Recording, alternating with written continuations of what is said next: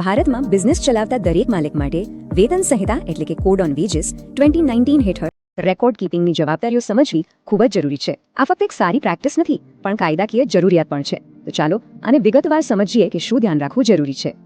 ઘણીવાર એવું લાગે કે આ તો ખાલી કાગળિયા છે, પણ ના, આ કાગળ કામમાં થયેલી એક નાની ભૂલ પણ બિઝનેસ પર બહુ ભારે પડી શકે છે. રેકોર્ડ જાળવવામાં થયેલી નાનકડી બેદરકારી પણ મોટા નાણાકીય દંડનું કારણ બની શકે છે. અને આ કોઈ અંદાજ નથી, આ કાયદાની હકીકત છે.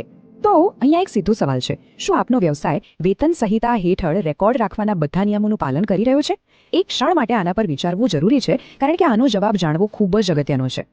જો જરૂરી રેકોર્ડ્સ બરાબર રીતે મેન્ટેન ન કરવામાં આવે તો 10,000 રૂપિયા સુધીનો દંડ થઈ શકે છે. જી હા, પૂરા 10,000. તો સમજવાની વાત એ છે કે આ જોખમ લેવા જેવું બિલકુલ નથી. સાચી જાણકારી અને નિયમનું પાલન જ આમાંથી બચાવી શકે છે. સારું, તો હવે ટેન્શનની વાત છોડીને સોલ્યુશન પર આવીએ. નિયમનું પાલન કરવા માટે કયા મુખ્ય રેકોર્ડ્સ જાળવવા જરૂરી છે? વેતન સંહિતા મુખ્યત્વે 3 રજિસ્ટર પર ભાર મૂકે છે. ચાલો જોઈએ કે એ કયા છે. જો આ 3 મુખ્ય રજિસ્ટર છે. પહેલું, નોકરી પર રાખેલી વ્યક્તિઓની વિગતો, જેમાં કર્મચારીની બધી બેઝિક માહિતી આવી જાય. બીજું છે મસ્ટર રોલ, જેને આપણે સાદી ભાષામાં હાજરી પત્રક કહીએ છીએ. અને ત્રીજું, વેતન રજિસ્ટર, જેમાં પગારની બધી જ વિગતો નોંધેલી હોય. આ ત્રણેય રેકોર્ડ્સ કોઈ પણ બિઝનેસના પાલનનો પાયો છે. પણ વાત અહીં પૂરી નથી થતી. આ તો થયા જનરલ રેકોર્ડ્સ. કાયદો શિસ્તભંગના કિસ્સાઓમાં પણ ચોક્કસ ડોક્યુમેન્ટેશન માંગે છે. એટલે કે જો કોઈ કર્મચારી પર દંડ લગાડવામાં આવે અથવા કોઈ નુકસાન માટે એના પગારમાંથી કપાત કરવામાં આવે તો એનો પણ પાક્કો હિસાબ રાખવો ફરજિયાત છે. આ માટે 2 અલગ અલગ રજિસ્ટર બનાવવાના હોય છે.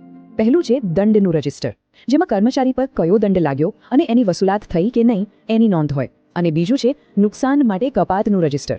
આમાં કર્મચારીની ભૂલથી થયેલા નુકસાન માટે જે પગાર કાપ્યો હોય એનો હિસાબ હોય છે. આ બંનેને અલગ રાખવા ખૂબ જ જરૂરી છે. અચ્છા, ખાલી પોતાની પાસે રેકોર્ડ સાચવી રાખવાથી કામ નહીં ચાલે. કાયદા મુજબ દરેક માલિકે પોતાના કર્મચારીઓને નિયમિતપણે વેતન સ્લિપ એટલે કે પે સ્લિપ આપવી પણ ફરજિયાત છે. આ કર્મચારીનો અધિકાર છે અને પાલનનો એક બહુ જ મહત્વપૂર્ણ ભાગ છે. હવે ઘણા નાના બિઝનેસ માલિકો વિચારતા હશે, ભાઈ શું આ બધા નિયમો અમને પણ લાગુ પડે છે? તો એનો જવાબ છે ના, બધાને નહીં. કાયદામાં કેટલાક નાના માલિકો માટે મુક્તિની પણ જોગવાઈ છે. ચાલો જોઈએ કે આ છૂટછાટ કોને મળે છે. જો વ્યાખ્યા એકદમ સ્પષ્ટ છે.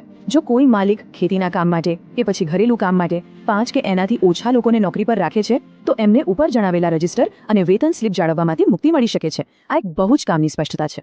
પણ એક મિનિટ, આ મુક્તિનો મતલબ એ નથી કે બધી જવાબદારી પૂરી થઈ ગઈ. જો કોઈ ઇન્સ્પેક્ટર કમ ફેસિલિટેટર આવીને માંગણી કરે તો પગાર ચૂકવ્યો છે એનો યોગ્ય પુરાવો તો બતાવવો જ પડશે. એટલે પગાર ચૂકવ્યાનો કોઈ પ્રકારનો રેકોર્ડ રાખવો હંમેશા સારો. તો આટલી બધી માહિતી પછી આનો સાર શું નીકળ્યો? ચાલો આ બધી જ વાતને એકદમ સિમ્પલ અને અસરકારક એક્શન પ્લાનમાં ગોઠવી દઈએ, જેથી કોઈ પણ બિઝનેસ તરત જ પાલન માટેના પગલાં લઈ શકે.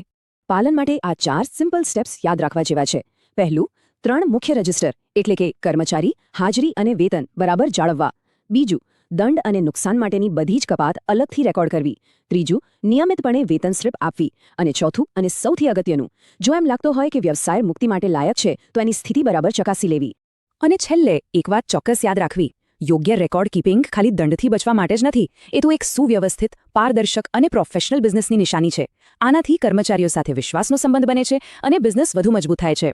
તો આ બધી માહિતી પછી હવે વિચારવાનો સમય છે. કોઈ પણ કંપની પોતાની રેકોર્ડ કીપિંગ અને પાલનની પ્રક્રિયાને વધુ સારી બનાવવા માટે આજે કયું પહેલું પગલું ભરી શકે છે? કારણ કે પાલનની શરૂઆત એક નાના પણ મક્કમ પગલાંથી જ થાય છે. Thanks for watching. Follow for more legal insights.